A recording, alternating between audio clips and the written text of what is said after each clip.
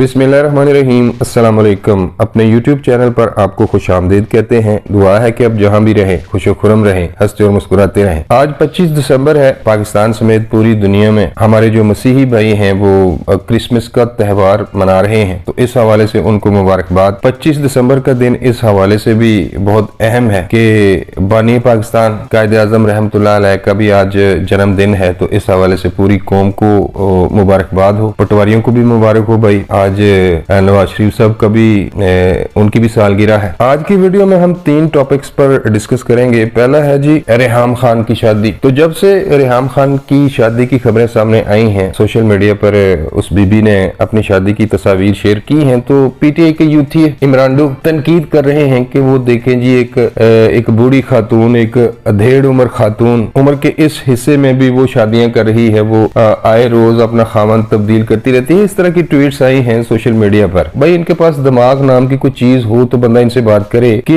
एक खातून निकाह कर रही है, जो इस्लाम हुक्म देता है कि भाई आप बदकारी से बचो और निकाह करो, तो उस खातून ने निकाह किया, उसको माशरा भी इजाजत देता है, उसको हमारा दीन भी इजाजत देता है, उस पर ये यूथी तनकीद कर रहे हैं। और दूसरी तरफ इनके जो करतूत हैं, इनके जो कायद हैं, आलम इस्लाम के लीडर हैं इमरान खान न्याजी साहब, वो बदकारी करता रहे, वो जना करता रहे, वो जायज है। जो मुबैना ऑडियो सामने आई है इमरान खान साहब की, जाहिर सी बात है कि भाई अभी तक इमरान खान ने तरदीद नहीं की। कल एक इंटरव्यू में उन्होंने ये कहा कि नहीं जी देखें जी वो दूसरों के गुनाहों पर पर्दा डालना चाहिए। तो इसका मतलब ये है कि ये तस्लीम करते हैं कि ये ऑडियो इनकी ही है। तो एक तरफ इनका जो कप्तान है वो बदकारियां कर रहा है, वो उम्र के इस हिस्से में 70 साल उसकी एज हो चुकी है। उम्र के इस हिस्से में लोग तो भाई अल्लाह अल्लाह करना शुरू कर देते हैं मौत के खौफ से। जो जवानी में अल्लाह अल्लाह नहीं करता, उम्र के इस हिस्से में वो लाजमी तौर पर अपने गुनाहों की माफी मांगता है। लेकिन खान साहब यहाँ भी इनको वो तमाशबीनी इनके सर पर सवार हुई पड़ी है। कप्तान चाहे कुछ भी करता रहे, चाहे वो मैं एक वीडियो मैंने बनाई थी कि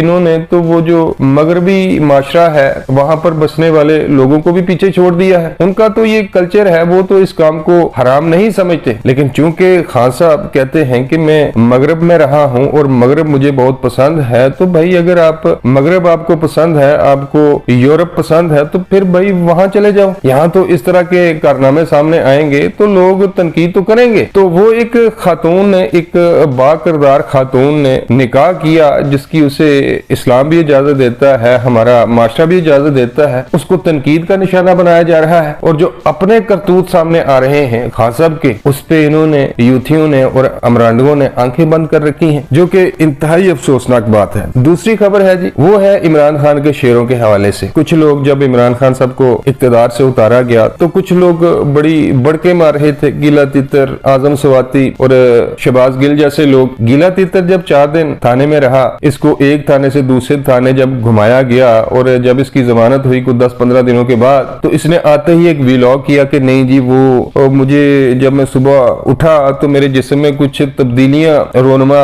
होती हुई मुझे महसूस हुई, और मैंने फिर अपने डॉक्टर से रुजू किया तो उसने टेस्ट वगैरह लिए और ये कहा कि आपको तो एक खास किस्म का जहर दिया गया है। वो जो यूथिया है, सबसे बड़ा यूथिया, जिसकी वीडियो का हकीकत से दूर दूर तक भी कोई ताल्लुक नहीं होता, हकीकत टीवी, उसने भी कहना शुरू कर दिया ओ नहीं जी इमरान रियाज खान साहब को एक खास किस्म का जहर दिया गया है और उस जहर का इलाज या तो इंग्लैंड में है या फिर दुबई में है। 10 दफा ये बंदा मुल्क से भागने की कोशिश की इमरान रियाज खान ने, लेकिन वो जो कानून नाफिज करने वाले इदारे हैं, जो एजेंसियां हैं, उन्होंने जहाज से उतार लिया नीचे कि भाई वो आप पर तो केस है। तो ये बंदा टक्कर के लोग होने के दावे करता था। एक और थे जी आजम सवाती साहब। चंद माह पहले उन्होंने फौज के बारे में कुछ मतनाजा ट्वीट्स की, कानून नाफिज करने वाले इदारों ने उठा लिया, 4 दिन अपने पास रखा। बाद में उसकी जब जमानत हुई तो उसने फिर आते ही वही बदजुबानी शुरू कर दी। और एक दफा फिर जब जनरल बाजवा साहब का रिटायरमेंट के आखिरी दिन चल रहे थे, 1-2 दिन में उन्होंने रिटायर होना था, तो इस बंदे ने गालियां तक दे दी और इदारे के खिलाफ जमकर तनकीद की। तब से ये हिरासत में है, जमानतें वगैरह इनकी मनसूख हो चुकी हैं और जो खबरें सामने आ रही हैं कि जो इन्होंने जुर्म किया है इसकी कम अज कम सजा 7 साल है और ज्यादा से ज्यादा इनको उम्र कैद भी हो सकती है। भाई इदारों पर बेबुनियाद इल्जामात लगाए गए, जो इदारे का सरबराह है उसको गालियां दी गई बिना किसी वजह के, फौज में तकसीम पैदा करने की कोशिश की, तो भाई वो तो साबित हो चुका है सब कुछ। इनको या तो 7 साल कैद हो सकती है या फिर ये पूरी उम्र के लिए उम्र कैद हो जाएगी इन्हें। तो अब कल इसका एक बयान सामने आया है, ये जो कागजी शेर है, बल्कि इनको यूथिया शेर कहना चाहिए, और इसने कहा कि मेरा तो भाई वो जो ट्वीट्स हैं मेरा तो उससे कोई ताल्लुक नहीं है। हालांकि जब इसको गिरफ्तार किया गया था तो इसने तस्लीम किया था कि बिल्कुल ठीक है जी, ये मेरे जो ट्विटर अकाउंट है वहां से ही की गई है और मैंने की है। और अब जबकि 4 छितर पड़े हैं तो फिर वो सारी होश ठिकाने आई है। वो जो इनके कीड़ा था गालियां देने वाला, वो कीड़ा निकल चुका है और ये अब माफी मांगने पर उतर आए हैं। तीसरी एक और खबर है, पीटीआई का एक और यूथिया बबर शेर था, वो भी बड़ी बढ़ के मारता रहा है। उसने भी यही काम किया, आजम सवाती वाला, और जब वो पकड़ में आया तो वो भाई जब उसको पेशी के लिए लाया जाता था तो वो तो बेचारा बच्चों की तरह रोता था। और जब उसकी जमानत हुई, बाहर आया, बाहर आकर फिर उसने वैसे ही काम करना शुरू कर दिए। तो एक दफा फिर कहा जा रहा है कि उनके वारंट गिरफ्तारी जारी हो चुके हैं, तो वो जी लेट गया जाकर उधर लाहौर का एक हॉस्पिटल है, सर्विसेज हॉस्पिटल। जिस दिन गवर्नर साहब ने परवेज इलाही साहब को डी नोटिफाई किया, उसी दिन वो जो जिस हॉस्पिटल में वो एडमिट था वहां से वो तमाम कागजात लेकर रूपोश हो गया। हॉस्पिटल की इंतजामिया उसे तलाश करती रही, लेकिन जब दूसरे दिन अदालत ने परवेज इलाही साहब को बहाल किया तो शहबाज गिल साहब भी वापस अपने कमरे में आ गए। तो ये वो यूथिये हैं जो आवाम को गुमराह कर रहे थे, बढ़ के मार रहे थे कि नहीं जी एस्टेब्लिशमेंट का पहली दफा टक्कर के लोगों से वास्ता पड़ा है। तो जब इनकी थोड़ी सी छतरोल हुई, वो भाई वो जो नून लीग के जिनको ये चोर कहते हैं या जिनको ये बुजदिल कहते हैं, वो तो 1.5 साल तक जेलों में रहे बिना किसी जुर्म के। झूठे केसों में उनको 1.5 2 साल जेलों में रखा गया। बाद में वो इन केसों से